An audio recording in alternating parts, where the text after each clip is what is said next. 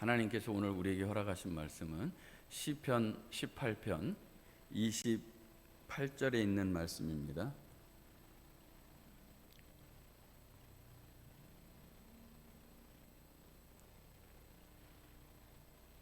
주께서 나의 등불을 켜심이여 여호와 내 하나님이 내 흑암을 밝히시리이다. 아멘. 결정적 차이라는 그런 말씀을 들어보셨을 겁니다. 이 결정적 차이라고 하는 것은 여러분이 잘 아시는 대로 비슷해 보이는데 뭔가 확실한 차이가 있는 것을 발견했을 때 뭐 긍정적이든지 부정적이든지 두 가지 의미에서 아주 결정적 차이가 있다. 또 결정적으로 다르네 이렇게 말한다 하는 것입니다. 그러면 우리 인생의 결정적인 차이는 무엇일까 하는 것입니다. 우리 인생에서 남과 다른 결정적인 차이는 무엇일까? 믿음 생활하는데도 결정적 차이가 어떤 것일까? 그런 생각을 하게 됩니다. 많은 사람들은 이 결정적인 차이가 외부적인 환경에 의해서 내가 어떤 것을 가졌느냐 못 가졌느냐, 누리고 있느냐 못 누리고 있느냐, 뭐 친구 관계라든지 외부적인 형편이나 환경 이런 것들로 생각하는 경우가 많습니다. 그런데 결정적 차이는 이 바깥에서 뭔가 어떤 것이 있고 없고의 문제가 아니라 내 안에 내면에 내 속에서 근원적으로 어떤 것이 있느냐 없느냐의 차이가 결정적 차이를 만들어낸다 하는 것입니다. 무슨 말씀을 하고 있는 겁니까? 내 안에 빛이 있으면, 내 안에 생명이 있으면, 내 안에 예수가 있으면 결정적 차이라는 것입니다. 인생의 차이는 무엇이냐면 빛으로 살아가느냐, 어둠으로 살아가느냐, 예수 생명으로 살아가느냐, 세상으로 살아가느냐 하는 것을 말하고 있는 것입니다. 지금 내 인생은 밝음입니까? 흑암입니까? 내 인생은 예수님 때문에 밝음이고 예수님 때문에 기쁨이고 예수님 때문에 만족이 되어야 된다는 것입니다. 오늘 본문에 있는 이 시 어떤 것이냐면 다윗이라고 하는 사람이 지금까지 살아온 인생을 뒤돌아보면서 내가 이렇게 살았습니다. 내가 하나님 앞에 이런 은혜를 받았습니다. 너무너무 기가 막히고 놀라운 은혜들을 누리며 살았습니다 하는 감사의 회상시다 이렇게 말할 수가 있습니다. 내 인생의 뒤를 쫙 돌아보니까 지금까지 살아온 것이 하나님의 은혜이고 지금까지 베풀어 주신 하나님의 은혜가 너무나 감사해서 감사의 노래를 하나 지은 거예요. 감사의 시를 하나 쓴 거예요. 그래서 그걸 하나님께 지금 드리고 있는 시가 시편 18편에 있는 말씀입니다. 근데 이 모든 말씀들을 쭉 앞에 있는 표제어로 시편 18편에 있는 말씀을 보면 다윗이 여호와의 종 다윗이 이렇게 말합니다. 근데 이 18편 처음 시작하는 표제가 전 너무나 마음에 드는 거예요. 너무나 은혜가 되는 거예요.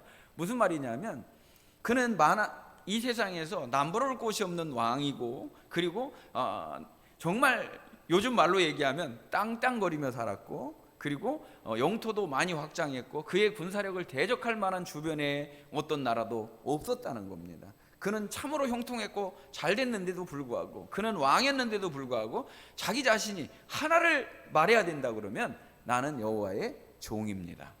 나는 이 나라의 왕이 아니라 하나님이 나를 붙들고 계시는 여호와의 종입니다라고 말했다는 거예요. 자기에게 주어진 신분들을 누가 자랑하잖아요. 드러내잖아요. 나는 이런 사람이다 라고 자랑을 하는데 다윗은 여호와의 종이라는 거예요. 하나님의 종으로 살아가는 것이야말로 나는 행복합니다. 나는 기쁩니다 라고 말하는 거죠. 그러면서 여호와께서 다윗을 그 모든 원수들의 손에서 건져주신 날에 다윗이 이 노래로 여호와께 아뢰어 이르되, 제가 금방 설명드린 대로 다윗이라고 하는 사람이 그렇게 대단한 집안의 사람들도 아니고 특별할 거 없는 사람이었다는 거예요. 다윗이 그렇게 특별하지 않은 사람이었는데 그가 인생의 난적 골리앗을 만났을 때 순수한 믿음으로 그는 골리앗을 쓰러뜨리고 역사의 무대에 등판하게 됩니다. 많은 사람들이 골리앗을 쓰러뜨린 사람이라고 하는 그 이름으로 다윗을 기억하게 됩니다. 이렇게 됐을 때 이제 다윗은 역사의 중앙의 무대에서 정말 잘 되고 잘 풀릴 줄 알았단 말이에요. 근데 그때부터 고난이 시작된 거예요. 그때부터 10년 동안 20군데 이상을 자리 잡지 못하고 도망다니면서 너무너무 힘든 시간들과 세월들을 보내게 됩니다. 거의 대부분이 도망다니며 살고 망명해서, 정치적으로 망명해서 그가 죽을 위기에 처하니까 수염에다가 침을 바르고 문을 툭툭 긁어가면서 미친 척 해가면서 간신히 빠져나오고, 그렇게 해서 도망 나온 곳이 곧 굴이었고, 그렇게 대단하게 정말 너무너무 힘든 날들을 고난 속에서 10년이라고 하는 시간을 보내게 됩니다. 이렇게 많은 어려움 가운데에서 그는 아마 고민했을 겁니다. 나름대로 정말 하나님이 나를 사랑하시고 나를 붙들고 계신다는 확신이 있었지만, 정말 죽을 위기에 처해 있을 때 내일이 올까? 언제까지 이렇게 도망다니며 살아야 되나? 이 고난은 언제쯤 끝날 것인가? 이런 생각들을 하면서 하루를 맞이하게 되었다는 겁니다. 그가 많은 시간들을 보냈던 곳이 굴인데요, 여러분, 굴에 들어가면은 얼마나 답답합니까? 깜깜하고, 당시에 무슨 조명시설이 있는 것도 아니고 얼마나 깜깜하고 답답했겠습니까? 그 칠흑 같은 어두움, 칙칙한 그 굴 속에서 그는 정말로 인생에 있어서 아주 중요한 중대한 것을 발견하게 됩니다. 그것은 바로 오늘 본문의 시편 18편 28절에 고백한 말씀입니다. 우리 다 같이 한번 오늘 본문을 읽어보도록 하겠습니다. 주께서 나의 등불을 켜시며 여호와 내 하나님이 내 흑암을 밝히시리로다. 아멘. 깜깜하게 어두운 그 동굴 속에서, 깜깜하게 어두운 그 굴 속에서, 칠흑 같은 어두움, 절망의 밤에서 그는 하나님이 자기 자신의 등불이 되는 것을 깨달았다는 거예요. 그래서 똑같은 시인데요, 주보의 은혜의 말씀 사무엘하 22장 29절에 보면 여호와여 주는 나의 등불이시니 여호와께서 나의 어둠을 밝히시리이다. 그러니까 하나님은 나의 등불이라는 거예요. 하나님 없으면 나는 절망과 좌절과 낭만과 이 굴 같은 세상에서 계속 살아야 되는데, 결국은 하나님은 나에게 등불로 오셔서 내 모든 어두움을 밝혀주시는 분입니다라고 고백하고 있는 것입니다. 그러니까 인생에 있어서의 결정적인 차이는 이 등불을 가지고 사느냐, 이 등불을 가지고 있지 않느냐의 차이라는 거예요. 이 등불이 뭐길래, 이 등불이 얼마나 중요한 거기 때문에, 중요한 것이기에 이 등불이 있느냐 없느냐가 우리 인생의 결정적인 차이라는 겁니다. 이 등불을 가진 사람의 고백은 시편 18편 1절에 보면 나의 힘이 되신 여호와여 내가 주님을 사랑합니다 라고 고백한다는 거예요. 등불이 있는 사람은 환경을 뛰어넘는 은혜 가운데 사는 사람인 것입니다. 굴 속에 있는데도 불구하고 하나님이 나와 함께 하시는 것을 깨닫는 거죠. 그래서 사망의 음침한 골짜기를 다니는데도 여호와께서 나의 목자가 되시기 때문에 길 잃어버릴 염려가 없다는 고백을 하는 것입니다. 어떤 상황에서도, 어떤 환경에서도 하나님은 나의 목자가 되시고 하나님은 나의 힘이 되시고 나를 지켜주시는 분이라고 하는 확신이 있기 때문에 흔들리지 않았다는 겁니다. 흔들리는 거하고 흔들리지 않는 거하고 결정적인 차이라는 겁니다. 하나님을 나의 하나님으로 섬기기 때문에, 하나님이 나와 함께 하시기 때문에, 하나님이 나를 붙들고 계시기 때문에 그 어떤 것도 염려되지 않았다는 거예요. 여러분, 사람이 1년만 어려워도 힘든 거거든요. 근데 10년 동안 어려웠다고 한번 생각해 보세요. 10년 동안 어려웠다고 생각해 보세요. 지쳐 쓰러질 거라 그런 상황 가운데서, 죽을 위기의 상황에서도 다윗이 흔들리지 않았던 이유는 하나님이 나의 하나님이시고 그분이 내 안에 등불을 켜줬기 때문에 더 이상 어두운 가운데 있지 않았다고 고백하고 있는 것입니다. 많은 사람들이 이 등불이 뭘까? 이 등불이 무엇인가? 금방 알 수 있는 거지만 이런 고민들을 합니다. 얼마나 많은 사람들이 예수님이 어떤 분이길래, 예수님이 어떤 분이길래 이렇게 수많은 사람들이 예수를 믿고 예수님을 따르나? 예수님이 어떤 분이기 때문에 예수님을 위해서는 죽는 자리에까지 나아가나? 그런 생각을 하셨을 겁니다. 예수님에 대해서 우리가 정확히 안다고 그러면 그렇게 고민할 이유가 없어요. 예수님에 대해서 분명하게 예수님을 만난다고 한다면 이 모든 문제들에 대해서 우리가 고민하거나 환경적인 혹은 사람의 문제 때문에 부딪히는 것 때문에 고민하지 않는다는 거예요. 그래서 근본적으로 우리가 알아야 되는 것은 무엇이냐면 요한복음 1장 4절 5절에 있는 은혜의 말씀 두 번째 안에 있는 말씀을 보면 예수님이 어떤 분인가를 우리에게 설명했는데, 예수님은 뭐냐면 그 안에 생명이 있다 이렇게 말합니다. 예수님은 그 안에 생명이 있다. 예수님이 생명이 있다라고 말할 때 이 원어로는 뭐냐면 목숨, 살다 이런 말이에요. 그러니까 그 안에 목숨이 있다. 우리도 다 목숨이 있죠? 또 우리가 지금 살아있죠? 그런데 여기서 말하는 목숨이나 살다라고 하는 개념은 우리가 알고 있는 그런 개념이 아니에요. 우리가 알고 있는 그런 개념이 아니라 그것을 훌쩍 뛰어넘는 근본적인, 아주 근본적인 근원적인 생명을 말하는 겁니다. 다시 말하면 여기서 말하는 생명은 어떤 생명을 말한다고요? 영원한 생명을 말한다는 거예요. 어떤 환경, 어떤 상황에서도 조금도 흔들리지 않는 영원한 생명을 말할 때 그 안에 생명이 있었으니 라고 말한다는 거예요. 그 다음번에 나오는 요한복음 1장 5절 4절 계속 1장 4절 5절에 나와 있는 빛이라고 하는 단어도 마찬가지예요. 이 빛이라고 하는 단어도 어떤 것이냐면, 빛이라고 하는 것도 우리가 조도를 말하잖아요. 밝다, 어둡다, 그걸 빛이라고 말하잖아요. 그래서 우리가 뭐 이제 시대가 많이 바뀌었지만 옛날에는 백열전등이었다가 지금은 이제 조금 지나서 형광등이었다가 지금은 다 삼파장 램프를 쓰잖아요. 가장 빛에 가까운 걸 한단 말이에요. 이걸 빛이라고 말해요. 빛이라고 말하는데 여기서 말하는 빛은 어두움을 밝히는 빛 정도를 말하는 것이 아니라 아까도 말한 근원적인 빛을 말하는 거예요. 그러니까 우리가 이 살아가고 있는 육신적인 환경에 있어서 빛을 비추면 환하다 이렇게 말하잖아요. 근데 우리 마음속에 있는 것을 삼파장 램프로 밝힐 수가 있습니까? 없습니까? 없다는 거예요. 우리 안에 도덕적인 양심도 밝힐 수가 없다는 거예요. 근데 우리 안에 있는 영을, 우리 안에 있는 마음을 밝히는 것이 있는데 그것이 바로 예수님의 생명의 빛이라는 거예요.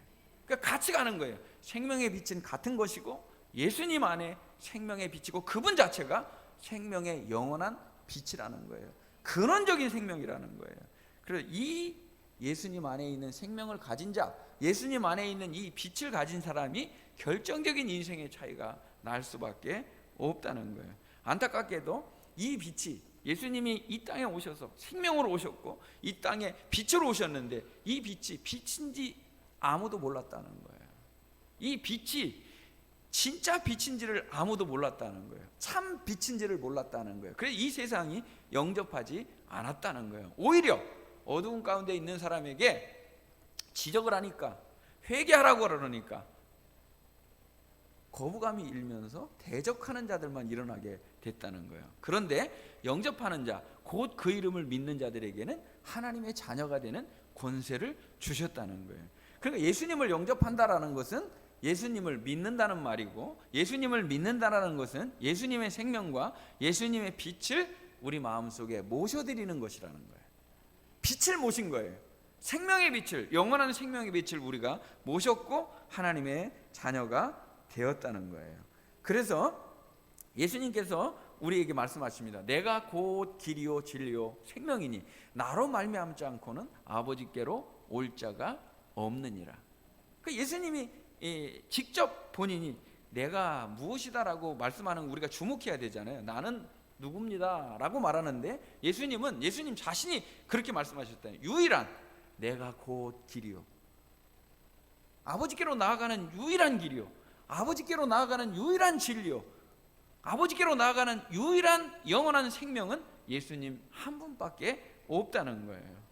그렇기 때문에 그 예수님과 인격적으로 동행하고 그 예수님과 같이 가는 것이 믿음 생활이다. 그렇게 제가 말씀을 계속해서 드리는 겁니다. 다시 한번 말씀드리면 예수님은 나는 누구다 라고 할 때 우리가 주목해야 되는데, 요한복음 8장 12절에 보면 예수님 자신에 대해서 이렇게 정의를 합니다. 예수께서 또 말씀하여 이르시되 나는 세상의 빛이니 나를 따르는 자는 어둠에 다니지 아니하고 생명의 빛을 얻으리라. 예수님이 정확하게 우리에게 말씀해 주시는데, 너의 마음이 어둡냐? 너의 마음이 괴롭냐? 너의 마음이 힘드냐? 그래서 제가 이제 목회를 하면서 우리 성도들이 이렇게 예배를 드리러 나오잖아요. 그러면 일주일 동안 힘들었던 게 제 마음에 막 느껴져요. 너무너무 힘들고 지쳐서 너무나 어렵게 그 예배당 교회 문을 열고 들어오는 우리 성도들의 모습을 보면 굉장히 마음이 안타깝습니다. 그리고 적어도 예배를 마치고 갈 때는 하나님이 나를 사랑하시는구나, 하나님이 나와 함께 하시는구나, 하나님이 나를 붙들고 계시는구나, 그 은혜를 받아가지고 힘을 얻고, 정말 찬송은 안 부르더라도 다시 살아나는, 마치 막 뜨거운 폭염에 그 배추라든지 야채들이 푹 가라앉았다가 이슬 같은 은혜를 받으면 다시 살아나는 것처럼, 그렇게 가는 모습을 보면 제가 보람을 느끼죠. 우리 성도들이 예수님이 나와 함께 계신다는 것이, 예수님이 빛으로 오셔서 빛이 내 마음에 비춰질 때 나의 영이 살고, 내 안에 있는 어두움이 물러가고, 내 안에 있는 근심 걱정이 물러가고, 예수님 때문에 기뻐하고 예수님 때문에 감사하는 그 자리로 들어갈 수 있는 주의 성도들이 다 되시기를 주님의 이름으로 축복합니다. 빛이 비춰지면 다 보이잖아요. 깜깜한 방에 불이 탁 켜지는 순간에 어떻게 됩니까? 만약에 잊지 말아야 될 게 있는데, 내가 어두운 가운데 있는데 엄마가 불을 탁 켰다고 생각해봐요. 그러면 막 후다닥닥 감추겠죠.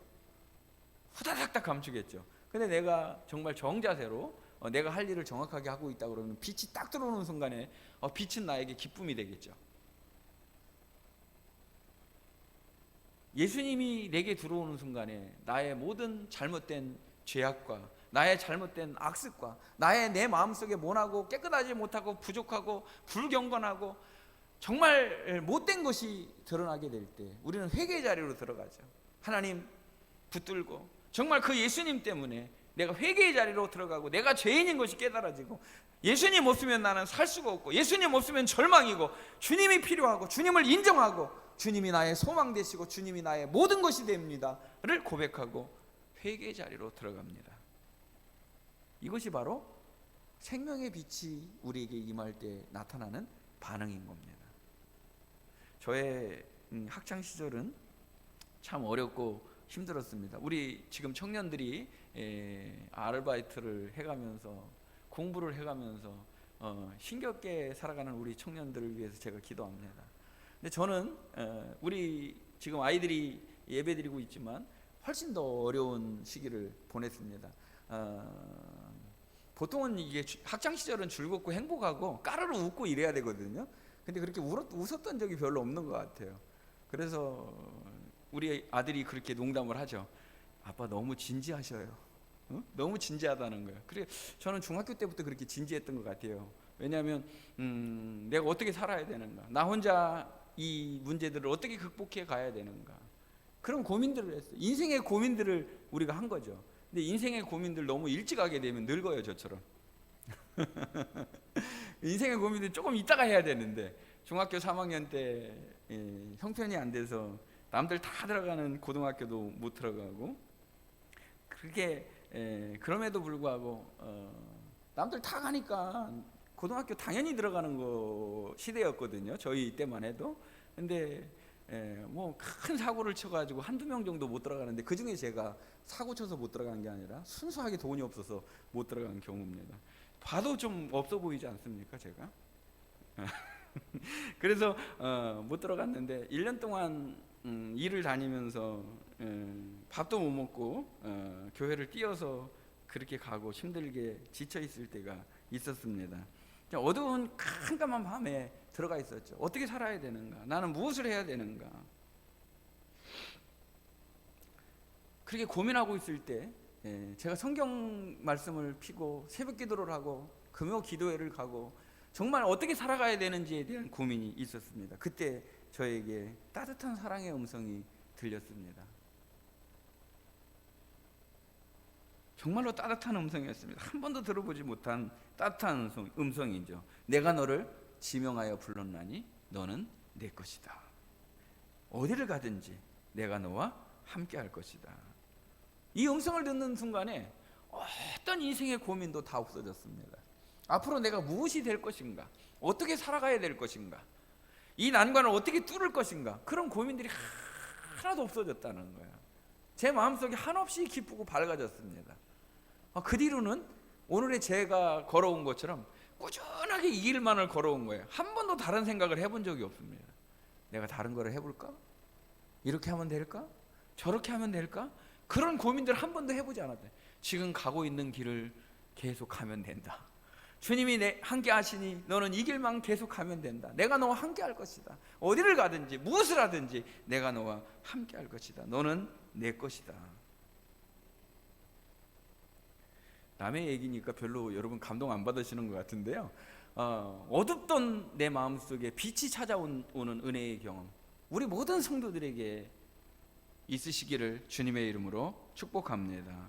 그래서 제가 그 뒤로 1년 후에 고등학교를 장학금으로 다니면서 정말 찬송하면서 살게 되는 은혜를 맛보게 되었죠. 사도행전에 보면 사울이라는 사람이 나옵니다.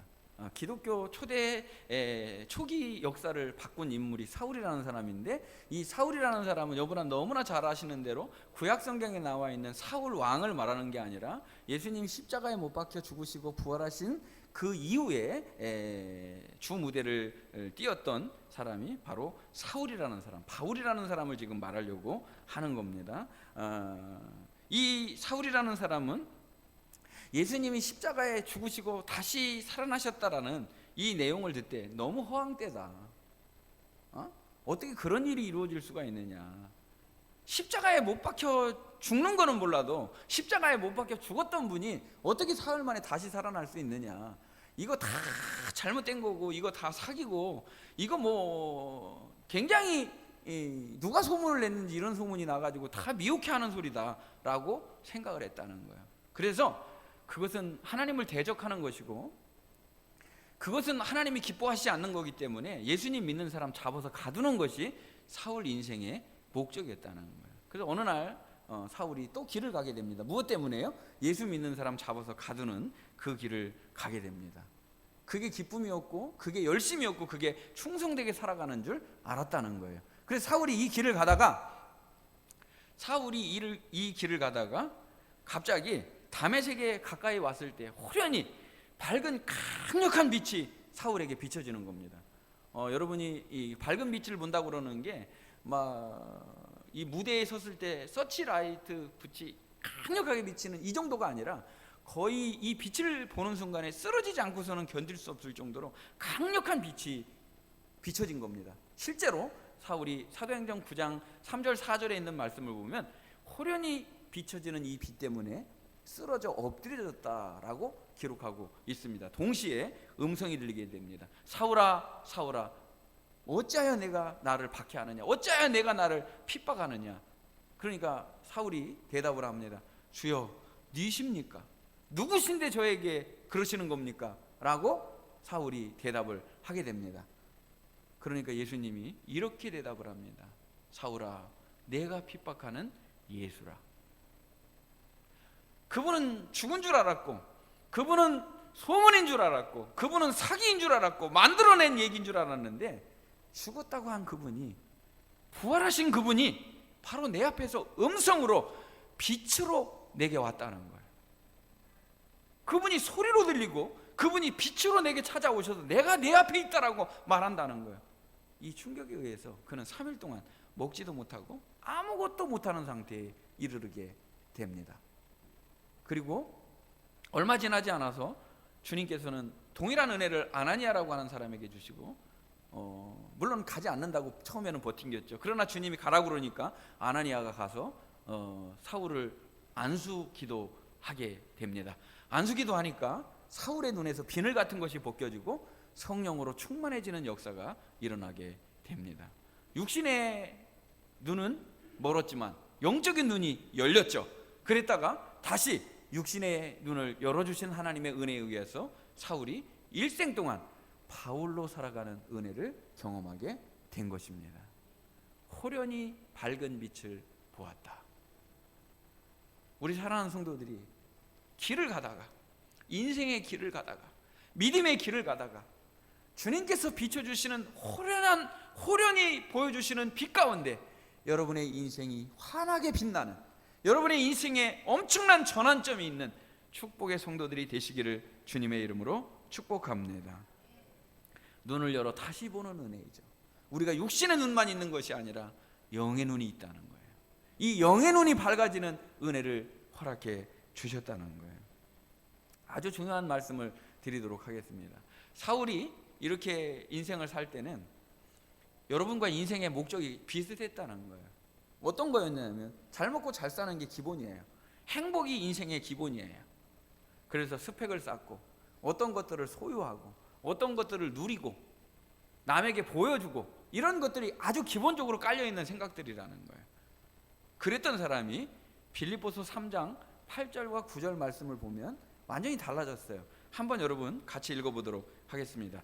중앙에 있습니다. 은혜의 말씀 중간에 보면 빌립보서 3장 8절 9절에 보면 또한 모든 것을 해로 여김은 내 주 그리스도 예수를 아는 지식이 가장 고상하기 때문이라. 내가 그를 위하여 모든 것을 잃어버리고 배설물로 여김은 그리스도를 얻고 그 안에서 발견되려 함이니 내가 가진 의는 율법에서 난 것이 아니요 오직 그리스도를 믿음으로 말미암은 것이니 곧 믿음으로 하나님께로부터 난 의라. 아멘.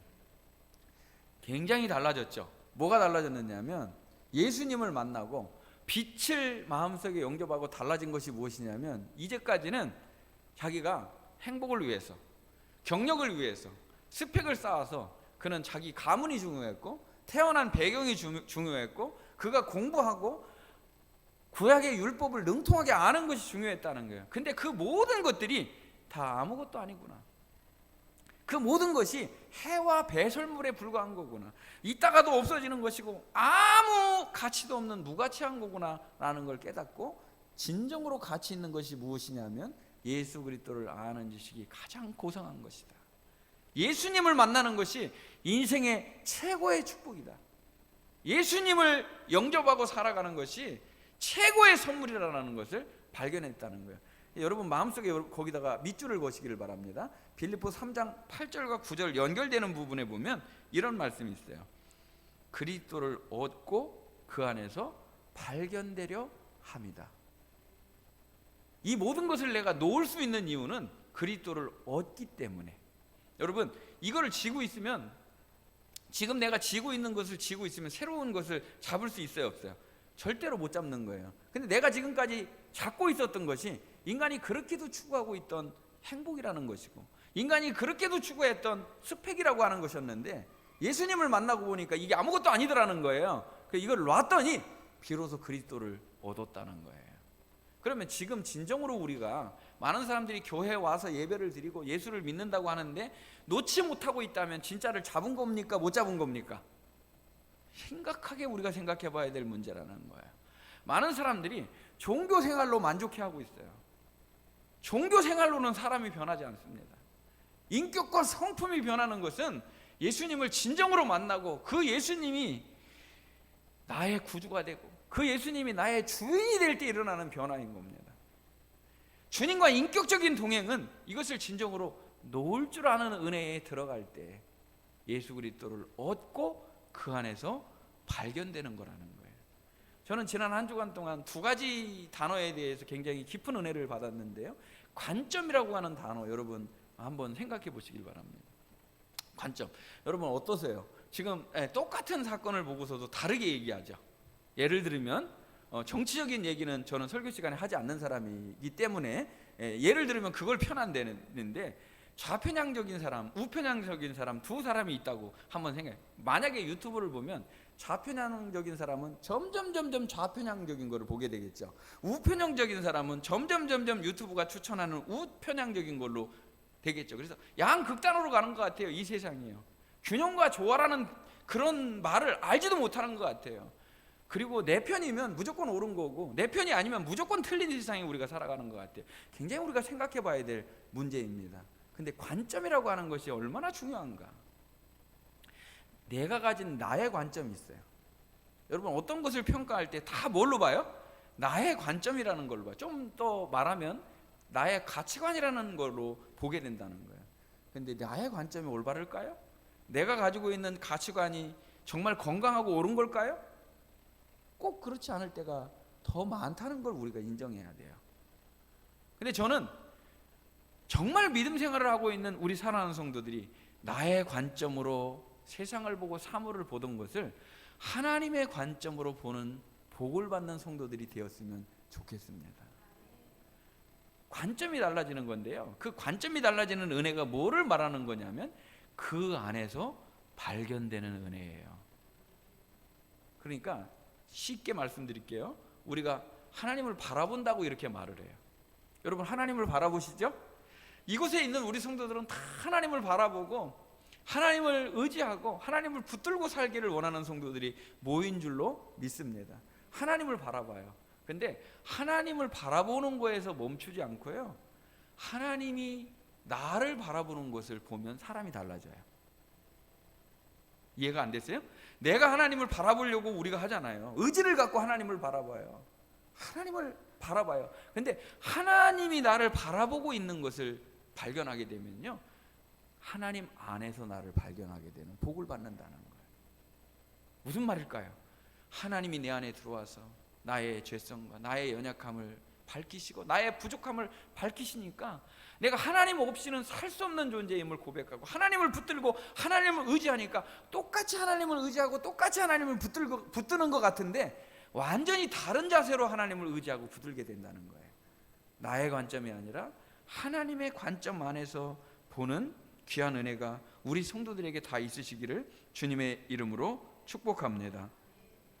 그래서 어제 토요일 날도 우리 이제 장로님 집사님들이랑 식사할 기회가 있어서 잠깐 나갔다 왔는데, 여기 그 빌립보서 3장 9절에 있는 말씀 굉장히 의미가 있는 말씀이죠. 율법에 아직도 매여 있는 사람들이 너무나 많아요. 심지어는 목회를 하고 있는 목사님들도 아직도 율법 한가운데 살아가요. 그저 율법이 나를 정죄하고 율법대로 해야 내가 뭔가 되는 걸로 그렇게 생각을 한다는 거예요. 근데 율법이 우리를 하나님께로 인도해 주는 것은 아닙니다.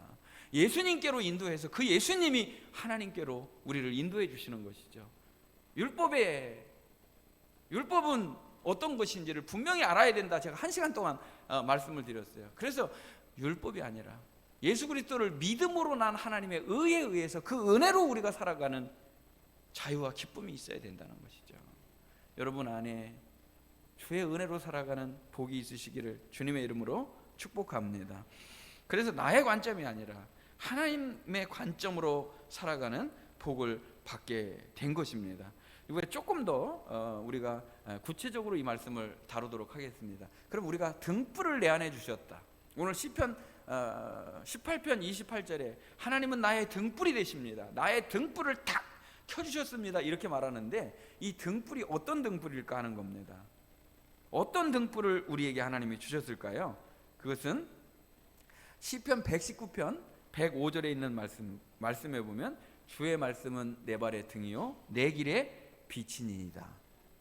말씀이 등불이라는 거예요. 말씀 등불을 들고 살아가는 우리 성도들이 되시기를 주님의 이름으로 축복합니다. 두 번째, 아까 제가 관점이라는 말씀을 드렸잖아요. 통합해서 제가 말씀드리겠습니다. 나의 관점이 아니라 하나님 관점을 말씀드렸잖아요. 하나님의 관점으로 모든 사물들을 보기 시작. 교회도 하나님의 관점으로 보고 사람도 하나님의 관점으로 보고 걱정 근심도 하나님의 관점으로 한번 봐보세요. 달라지겠죠? 관점이 바뀌었어요. 근데 또 하나는 뭐냐면 하는 것하고 되는 거의 차이예요. 이번 주간에 제가 두 가지 단어에 대해서 묵상했다 그랬잖아요. 하나는 관점, 나의 관점인가 하나님의 관점인가. 두 번째는 하는 것인가 되는 것인가. 여러분 집에서 매일 성경을 말씀 가운데 아주 푹 젖어서 말씀 속에서 우리 사랑하는 성도들 살고 계시죠? 아무 소리가 말씀 속에서 막 묵상하고 말씀을 기뻐하고 말씀을 즐거워하고 주야로 묵상한다고 그랬는데, 여러분 말씀 속에서 살고 말씀을 읽으면 말씀이 내게 확 들어오고 말씀이 생명처럼 하나님이 내 안에 들어오는 것처럼 그렇게 말씀이 읽어지고 깨달아지십니까? 더 대답이 없으시네. 예. 근데요 저도 그랬습니다. 하나님 말씀을 읽으면 뭐 맨날 낳고만 나오고 말이지. 한번 마음 먹고 읽으려고 그러면 왜 이렇게 딱딱한 거야? 잘 안 읽어지시잖아요. 그리고 성경 믿음 생활 잘해야 되려고 그러면 목사님 항상 성경 보라고 그러고 성경 매일 읽으라고 그러고 그러는데 성경 읽어줘야 말이지. 이거 뭐 수면제도 아니고 말이에요. 아주 최첨단 처방전이에요. 이것만 봤다면 잠이 오는 거예요. 안 읽어지는 거예요. 저도 그랬던 시절이 있었다는 거예요. 그런데 성경을 읽으려고 하셔야지만 성경이 읽어지는 은혜를 받게 됩니다. 읽으려고 하면 읽어지는 은혜가 하는 게 되는 게 된다는 거예요. 이걸 바꿔서 얘기하면 이따 두 번째 말씀드리겠습니다만은 기도를 하려고 해야 된다. 하나님, 제가 믿음으로 살 수 있도록 도와주세요. 하나님, 오늘도 주님과 동행하게 해주세요. 내가 기도를 시작해야 깊은 기도 가운데 들어갈 거 아니에요. 처음에는 하는 기도를 해야 되는 기도 속으로 들어간다는 거예요. 전도를 하려고 해야 전도가 되는 거지. 순종하면서 살려고 해야 순종이 되는 거지. 사랑하려고 하고 품으려고 해야 품어지는 거지. 그래서 하는 것을 시작하게 하시는 분도 하나님이지만 하는 은혜를 여러분이 받으셔야 돼요. 하는 은혜 가운데 여러분이 있어야 되는 은혜 가운데 들어가는 거예요. 그래서 말씀을 읽으려고 하고 말씀을 펼치려고 해야지만 말씀이 깨달아지고 주의 말씀이 내 발에 등이 되고 내 길에 빛이 되는 은혜 가운데로 들어가게 된다는 거예요. 저는 그래서 자고 일어나면 제일 먼저 하나님의 말씀이 생각나는 게 큰 은혜인 줄로 믿습니다. 들어놓으면요, 하나님의 말씀이 뭐 신비적인 거로 여러분 생각하시면 안 돼요. 우리 목사님이 이상하다 그렇게 생각하면 안 돼요. 들어놓으면요, 성경 구절이 천장에 막 써져요. 이 정상입니까? 비정상인 겁니까? 아주 지극히 정상인 겁니다. 여러분, 바둑 두는 사람이요, 지나가는 사람이 까만 머리 하얀 머리가 다 흰돌 까만 돌로 보여요. 여러분, 뭐 골프를 치던 당구를 치던 너무 좋으면 그것밖에 안 보이는 거예요. 하나님의 말씀이 천장에 새겨지고요, 일어나면 하나님의 말씀이 깨달아지고 그 말씀의 의미가 탁탁 들어올 때 얼마나 기가 막힌지 몰라요. 저만 그런 건 아니겠죠? 진짜 좋아해야 돼요. 하나님 말씀이 즐거워야 돼요. 말씀의 등불을 들고 사는 주의 성도들이 되시기를 주님의 이름으로 축복합니다. 누가복음 12장 35절에 보면 허리에 띠를 띠고 등불을 켜고 있으라 라고 주님이 말씀하신 거예요. 마지막 때에 우리 성도들의 모습을 진리의 허리띠를 띠고 등불을 켜고 들고 서 있으라는 거예요. 여러분 마음속에 등불이 있습니까? 없습니까? 첫째는 말씀의 등불입니다. 두 번째는 기도의 등불입니다. 뭐 그거를 열처녀의 비유를 통해서 5명은 지혜롭고 5명은 어레로 등불은 뭐고 그 기름은 뭐고 그런 걸 설명하려고 하는 게 아니라 기도함으로 깨어있는 성도가 되시기를 주님의 이름으로 축복합니다. 기도하면서 깨어있어야지만 주님을 맞을 때 기쁨으로 맞을 수 있다는 거예요. 기도의 등불이 꺼지면 어떻게 우리가 주님을 의지하며 살 수가 있겠습니까?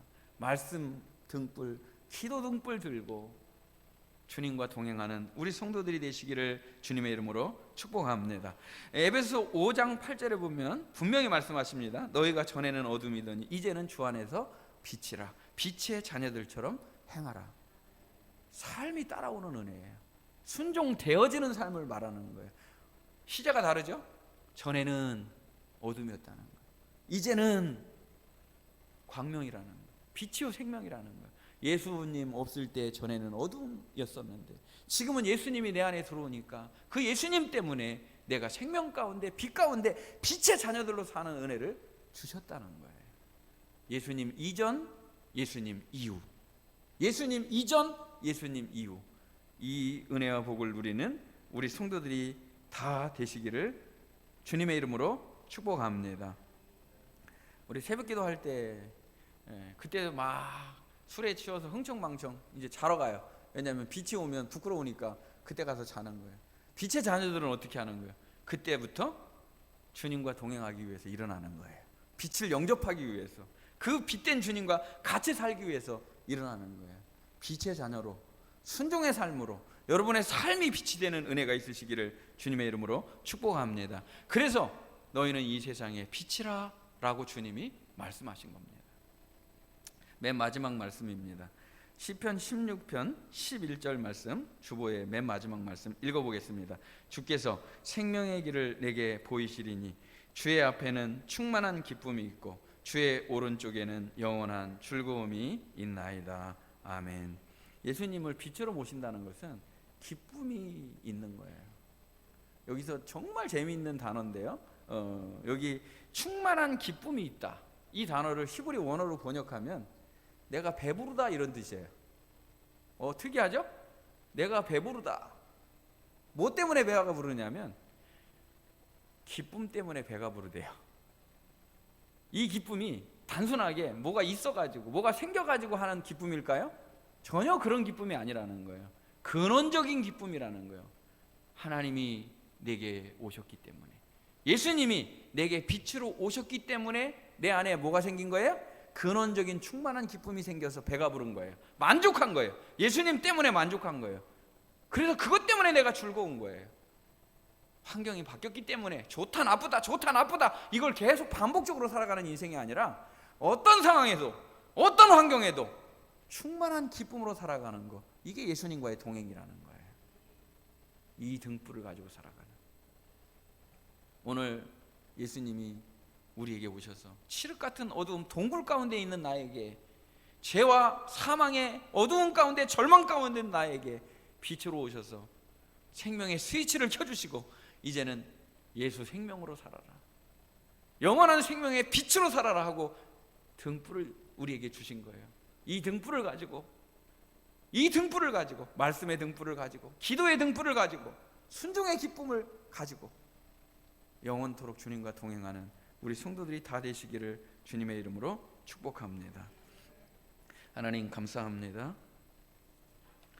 귀한 말씀으로 우리에게 허락해 주시고 칠흑 같은 어두움 절망의 한밤에 주님께서 우리 인생에 오셔서 생명의 빛이 되시고 우리에게 소망이 되심으로 말미암아 그 예수님과 함께 영원한 동행을 이루며 살아가게 해주신 복을 허락해 주신 것을 감사드립니다. 주님, 우리가 들어야 될 등불이 예수 생명, 말씀의 등불이고 기도의 등불이고 순종의 등불이고 기쁨의 등불인 것을 알게 해주시고 자기 안에 이 등불을 가지고 있는데도 불구하고 기뻐하며 감사하지 못하는 삶이 있다면 오늘 그 스위치를 다시 켜주사 무기력하고 무거운 가운데 있는 성도가 아니라 기쁨으로 주님과 영원토록 동행하는 등불이 켜지는 은혜를 허락하여 주시옵소서. 예수님 한 분으로 만족하는 복된 삶을 살게 해주실 줄 믿고 예수님의 이름으로 기도하옵나이다. 아멘.